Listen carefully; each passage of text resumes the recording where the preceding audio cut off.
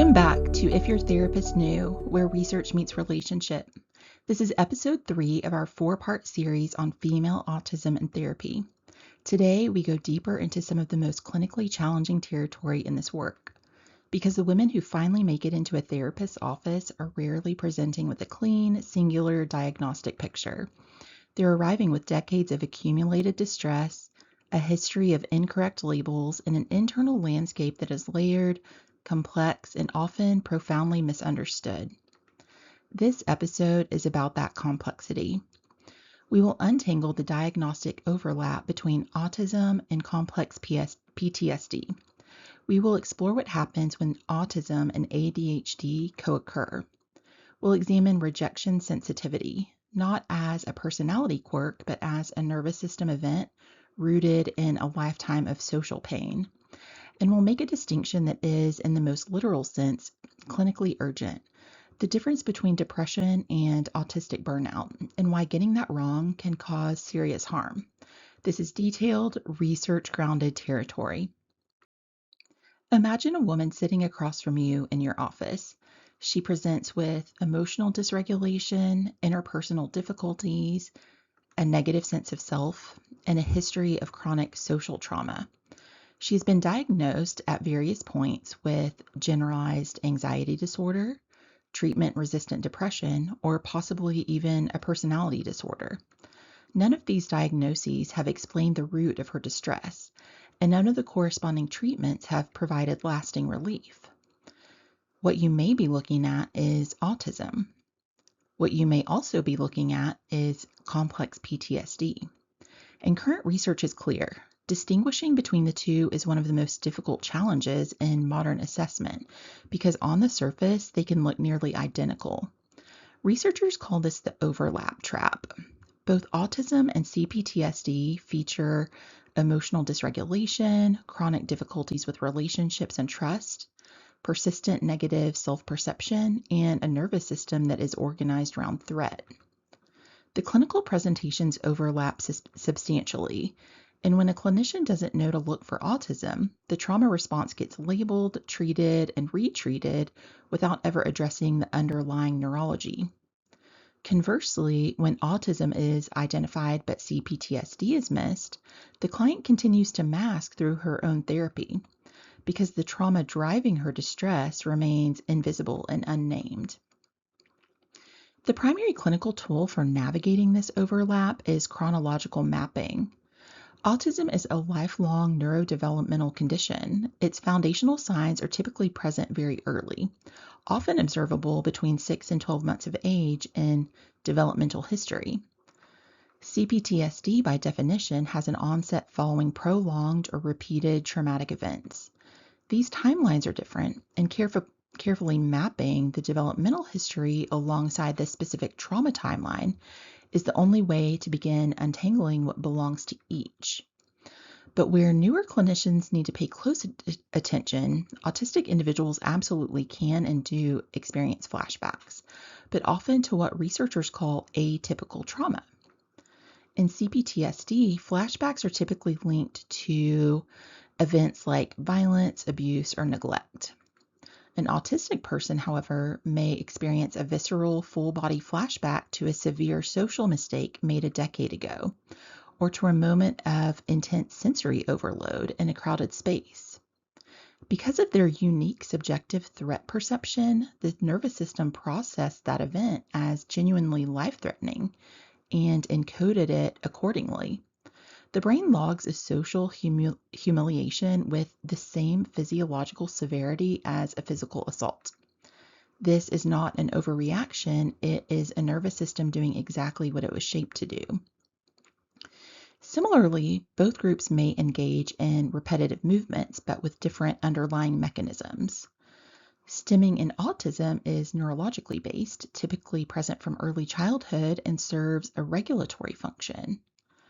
Repetitive movements in CPTSD are often a trauma processing or self-soothing response, specifically deployed to manage post-traumatic hyperarousal. The behavior may look the same, but the root is different, and the treatment implications are significant. The key clinical principle here is this. Given the trauma rates in autistic adults, which current research suggests are extraordinarily high, it is statistically likely that many autistic women in your practice have both conditions. Assessing them in isolation, one at a time, will not give you an accurate picture. You must look at the whole person across time with curiosity and without the assumption that one label explains everything. Now layer in another variable that is present in a significant portion of the autistic women you will see in clinical practice: ADHD. Current research suggests that up to 70% of autistic people also have ADHD. The neurodivergent community and an increasing number of clinical researchers use the term AuDHD to describe this co-occurrence, and for good reason. The experience of having both conditions simultaneously is profoundly different from having either one alone. Here is the internal conflict at its core. Autism is characterized in part by a neurological need for routine, sameness, and predictability. The autistic nervous system finds genuine regulation in structure. ADHD, on the other hand, is a nervous system that struggles intensely with routine. Driven by dopamine dysregulation, it craves novelty, it resists repetition, and has significant difficulty with task initiation and executive function. These two operating systems are running simultaneously in the same brain. The autistic side needs a predictable schedule to feel neurologically safe. The ADHD side is physiologically unable to execute that schedule. The result is a constant, exhausting internal tug of war and a profound sense of failing one's own most basic needs. The person knows exactly what she needs to do to feel calm and regulated, but she cannot make herself do it. And that gap between knowing and doing becomes a relentless source of shame, self-criticism, and deepening anxiety. For clinicians, the AuDHD presentation requires particular care and assessment because the overlapping and sometimes contradictory features of both conditions can obscure each other, and because standard interventions designed for one condition may be poorly suited or even counterproductive for the combined profile. Flexibility, individualization, and a genuine willingness to understand this particular person's unique neurological experience are non-negotiable.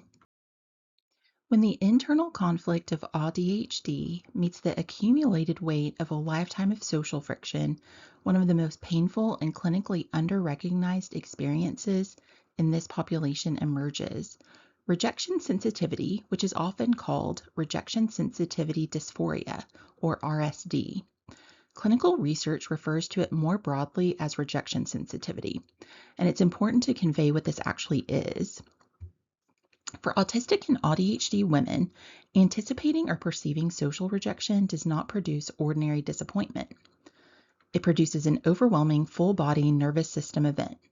Research grounds this in social safety theory. From an evolutionary biology perspective, belonging to a group was essential for mammalian survival. Rejection by the tribe meant death. The brain evolved accordingly, processing social rejection in the same neural pain centers as physical injury. A broken bone and a deeply overwhelming social moment activate the same pain architecture. For an autistic woman with a lifetime of chronic social rejection behind her, that pain pathway has been activated thousands of times. A perceived slight from a friend's text message, a colleague's ambiguous tone, a moment of constructive criticism. It's not registered as a minor social friction. It's experienced as agonizing physical pain. One participant in a qualitative study described anticipatory social anxiety as feeling viscerally threatening. The nervous system does not distinguish between the imagined and the real, and between the minor and the catastrophic. This connects directly back to the double empathy problem from episode 1. Autistic women face chronic social rejection not because they're inherently broken or socially deficient, but because they are communicating across a neurological divide, and the neurotypical majority does not meet them halfway. The social friction is bidirectional. The consequences, however, fall almost entirely on the autistic person. Over a lifetime, this accumulation of misreadings, corrections, exclusions, and misattunements functions as a series of micro traumas, and it directly predisposes the autistic nervous system to the severe rejection sensitivity that we're describing. For clinicians, this means two things. First, do not minimize it. When a client tells you that a minor social interaction sent her into hours of physical distress, believe her. Second, understand that the hypervigilance you may observe in session, like the constant monitoring of your facial expressions, the over-apologizing, the careful performance of being a good client, is not manipulation. It's a nervous system doing everything it knows how to do to prevent the next rejection. When all of these forces converge, chronic masking, the internal conflict of AuDHD, the relentless pain of rejection sensitivity, and the accumulated weight of unprocessed trauma, the nervous system eventually reaches a breaking point. For clinicians, understanding exactly what that breaking point looks like and what it does not look like may be one of the most important distinctions in this series. Let's be precise about the terms because they're frequently misused. A meltdown is a massive fight or flight response to intense sensory or cognitive overload. The brain perceives immediate mortal danger and responds accordingly.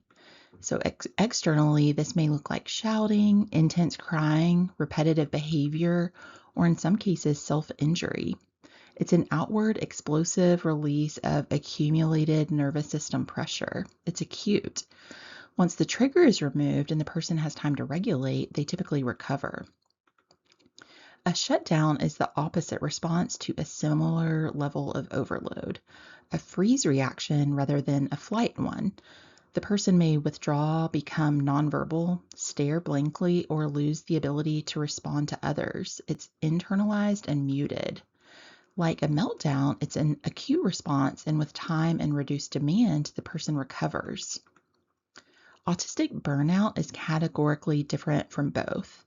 Researchers define it as having all internal resources exhausted beyond measure and being left with no cleanup crew.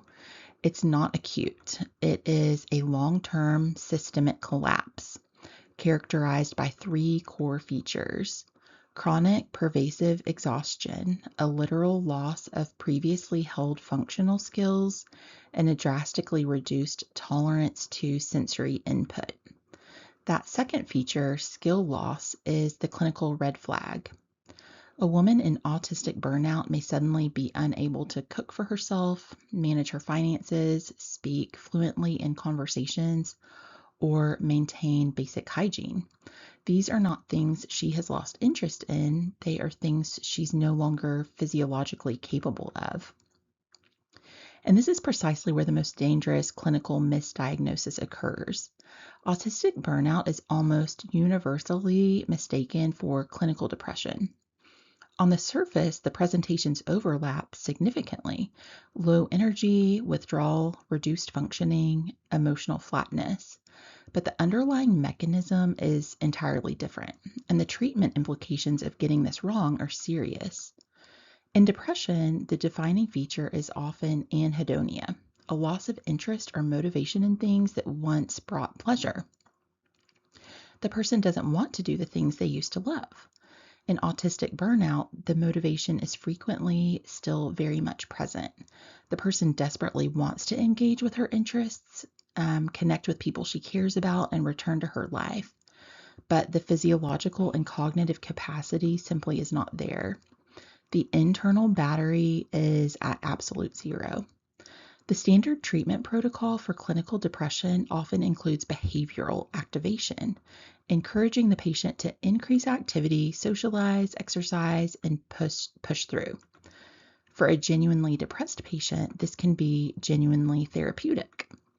For a patient in autistic burnout, it's actively harmful. It increases the sensory and cognitive load that caused the collapse in the first place. It deepens the cycle of defeat and entrapment. And current research connects this escalating sense of defeat directly to elevated suicidality risk. The evidence-based treatment for autistic burnout is not activation, it's the opposite. So radical rest, significant reduction in sensory demands, and a sustained pause on expectations. The nervous system needs to be allowed to recover and not pushed harder. For newer clinicians especially, this is worth memorizing. Before you recommend pushing through, ask whether the issue is a lack of desire or a lack of capacity. The answer changes everything. Given everything we have covered today, the diagnostic complexity, the overlapping traumas, the physiological reality of rejection sensitivity, and the critical danger of misidentifying burnout, the question that naturally follows is, how do clinicians actually help without causing further harm?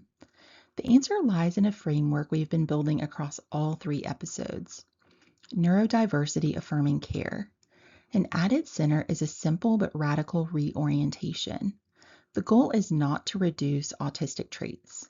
The goal is to treat the distress caused by navigating a world that was not built for this neurotype, while actively protecting and affirming the identity of the person doing that navigating.